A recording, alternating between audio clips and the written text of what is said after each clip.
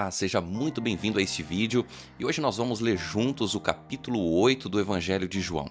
Mas eu tenho um convite muito especial para você. Se você ainda não é inscrito aqui no nosso canal, se inscreva, ative o sininho, compartilhe o vídeo com as pessoas que você ama e deixa o like aí no vídeo, porque isso vai ajudar para que mais pessoas conheçam a respeito da Palavra de Deus. É sempre muito bom poder ler a Palavra de Deus. Quando a gente lê a Palavra de Deus, a gente tira lições importantes para a nossa vida, para o nosso dia a dia. E nós precisamos desenvolver esse hábito de ler a Palavra de Deus todos os dias. Então vamos lá para o capítulo 8 do Evangelho de João. Jesus, no entanto, foi para o Monte das Oliveiras. De madrugada voltou novamente para o templo, e todo o povo se reuniu em volta dele. E Jesus, assentado, os ensinava. Então os escribas e fariseus trouxeram à presença dele uma mulher, surpreendida em adultério, e fazendo-a ficar em pé no meio de todos, disseram a Jesus: Mestre, esta mulher foi surpreendida em flagrante adultério. Na lei, Moisés nos ordenou que tais mulheres sejam apedrejadas. E o Senhor, o que tem a dizer? Perceba que eles colocaram Jesus numa situação desafiadora. O objetivo deles era procurar alguma coisa para acusar Jesus. E aí diz o verso 6, eles diziam isso tentando para terem de que o acusar. Então a mulher, ela foi trazida perante Jesus e eles disseram: mestre, a lei ela pede para apedrejar. Essa mulher foi apanhada em adultério e o que o Senhor diz que devemos fazer? Então era uma situação complicada. Por que complicada? Porque se Jesus mandasse apedrejar a mulher, ele estaria cumprindo a lei, porém as pessoas que estavam ali talvez não iriam acreditar que Jesus era o Messias, o Filho de Deus. Se Jesus dissesse para não apedrejar, ele estaria indo contra a lei de Deus. E é interessante que eles montaram tudo isso para poder ter algo para acusar Jesus. A lei, ela não dizia apenas que se a mulher fosse pega em adultério, mas também o homem. E aqui no texto, a Bíblia diz que eles só trouxeram a mulher e não trouxeram o homem. E aí então, a palavra de Deus continua, no verso 6. Eles diziam isso tentando para terem do que o acusar, mas Jesus, inclinando-se, escrevia na terra com o dedo. E aqui, muito provavelmente, Jesus estava escrevendo os pecados de cada um daqueles homens que ali estavam. Jesus não estava expondo os pecados deles, mas Jesus estava mostrando que ele conhece o coração, ele conhece realmente as nossas verdadeiras intenções. Aqueles homens não estavam preocupados com a salvação daquela mulher, eles estavam preocupados em encontrar um meio para poder condenar Jesus. E como eles insistiam na pergunta, Jesus se levantou e lhes disse: quem de vocês estiver sem pecado, seja o primeiro a atirar uma pedra nela. Jesus dá uma resposta extraordinária, porque Jesus ele conhecia o coração daqueles homens. E agora então, nós precisamos entender um aspecto muito importante. Muitas pessoas às vezes leem esse verso para querer justificar o seu pecado, para querer viver na prática do pecado. Jesus aqui não estava apoiando o pecado dessa mulher. Jesus aqui não estava sendo conivente com o pecado dessa mulher. E esse verso, quem estiver sem pecado, seja o primeiro a tirar uma pedra nela, foi uma frase de impacto para aqueles homens. Por quê? Porque Jesus conhecia o coração deles. Jesus sabia exatamente quais eram as intenções deles. E a Bíblia diz no verso 8, inclinando-se novamente, continuou a escrever no chão. Mas eles, ouvindo essa resposta, foram saindo um por um, a começar pelos mais velhos até os últimos, ficando só Jesus e a mulher em pé diante dele. Levantando-se, Jesus perguntou a ela: mulher, onde estão eles? Ninguém condenou você? Ela respondeu: ninguém, Senhor. Então Jesus disse: também eu não a condeno.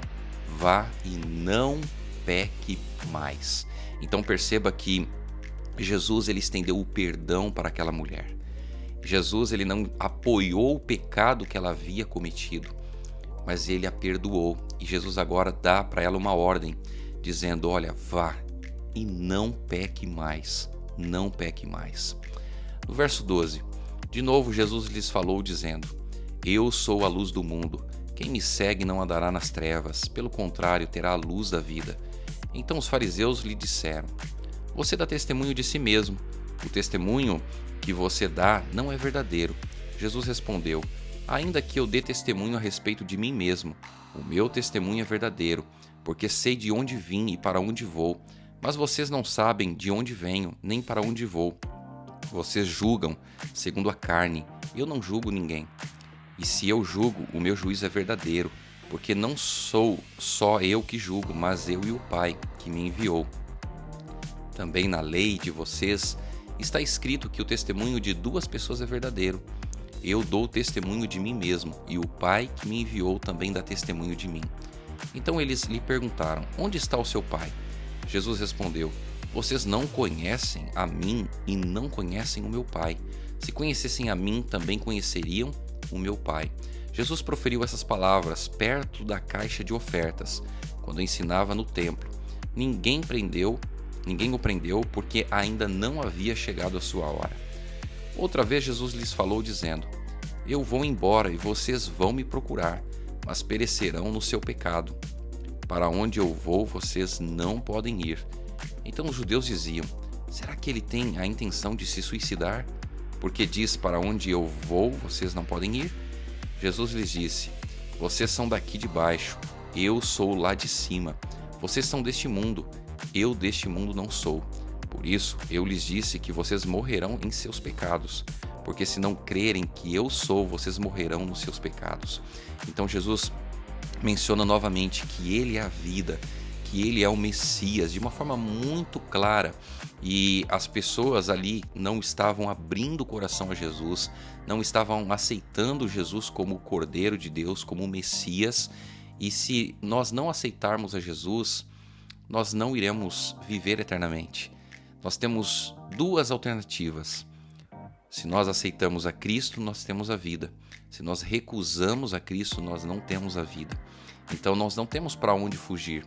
Jesus é o caminho, a verdade e a vida. É somente através de Cristo que nós vamos encontrar vida. Então lhe perguntaram: quem é você? Jesus respondeu: o que é que eu tenho dito a vocês desde o princípio? Muitas coisas tenho para falar e julgar a respeito de vocês. Porém, aquele que me enviou é verdadeiro, de modo que as coisas que dele ouvi, essas digo ao mundo. Eles não entenderam que Jesus lhes falava do Pai. Então Jesus disse: quando vocês levantarem o Filho do Homem, então saberão que eu sou e que nada faço por mim mesmo, mas falo como o Pai me ensinou, e aquele que me enviou está comigo. Não me deixou só, porque eu faço sempre o que lhe agrada. Quando Jesus disse isto, muitos creram nele.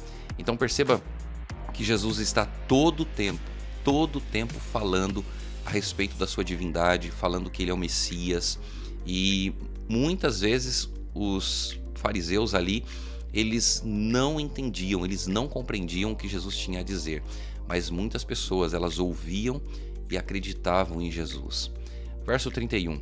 Então Jesus disse aos judeus que haviam crido nele: se vocês permanecerem na minha palavra, são verdadeiramente meus discípulos, conhecerão a verdade e a verdade os libertará. Então aqui tem um verso extraordinário. Por quê? Porque a verdade é a vontade de Deus, é a palavra de Deus. E nós precisamos permanecer na palavra de Deus. E aí então nós conheceremos a verdade. E o que é a verdade? É a vontade de Deus, é a palavra de Deus.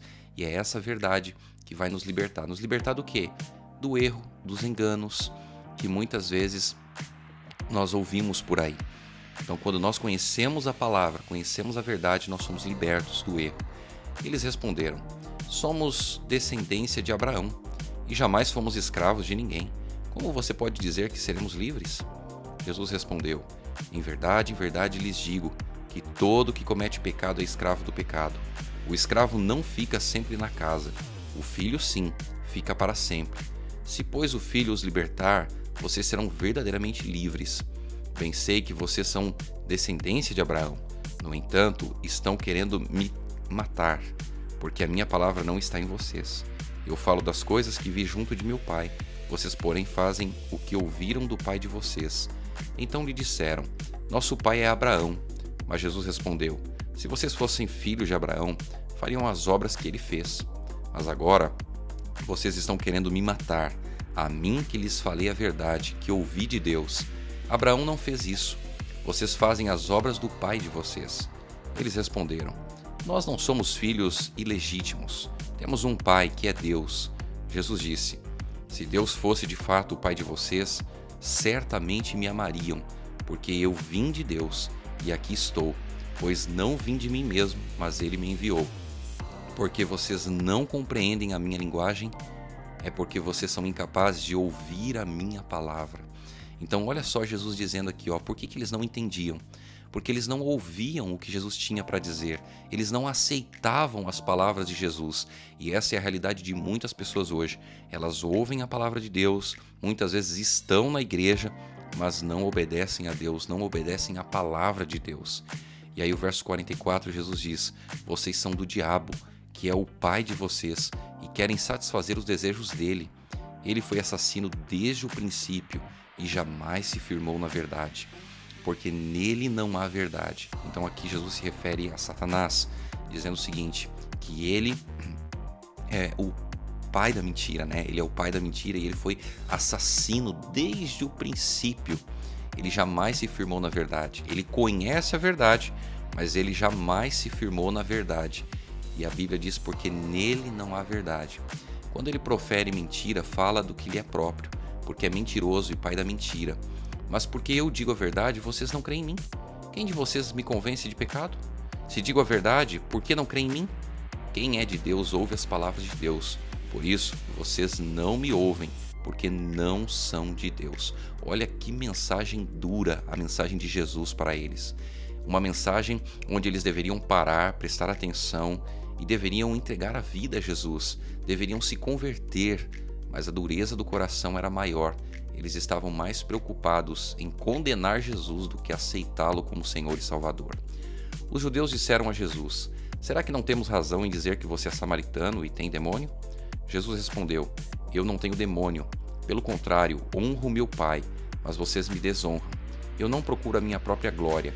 Há quem a busque e julgue. Em verdade lhes digo, que se alguém guardar a minha palavra, não verá a morte eternamente. Então, olha o que Jesus está querendo dizer aqui.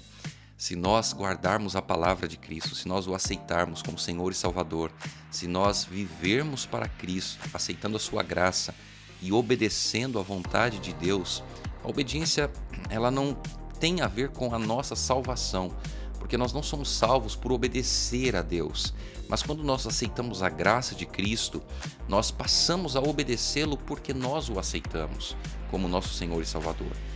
Tudo que nós fazemos, as nossas boas obras, nada disso tem poder para nos salvar.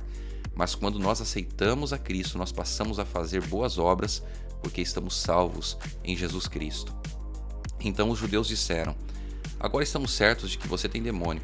Abraão morreu e também os profetas, e você diz: Se alguém guardar a minha palavra, não provará a morte eternamente. Você não está querendo dizer que é maior do que Abraão, o nosso pai, que morreu. Também os profetas morreram. Quem você pensa que é? Jesus respondeu: Se eu glorifico a mim mesmo, a minha glória não é nada. Quem me glorifica é o meu Pai, o qual vocês dizem que é o Deus de vocês. Entretanto, vocês não o conhecem. Eu, porém, o conheço. Se eu disser que não o conheço, serei como vocês, mentiroso. Mas eu o conheço e guardo a sua palavra. Abraão, o pai de vocês, alegrou-se por ver o meu dia, e ele viu esse dia e ficou alegre. Então os judeus lhe perguntaram: Você não tem nem 50 anos e viu Abraão? Jesus respondeu: em verdade lhes digo que antes que Abraão existisse, eu sou. Então pegaram pedras para atirar nele, mas Jesus se ocultou e saiu do templo. Bom, nós podemos ver em todos os momentos Jesus buscando mostrar que ele era o Messias, o Filho de Deus.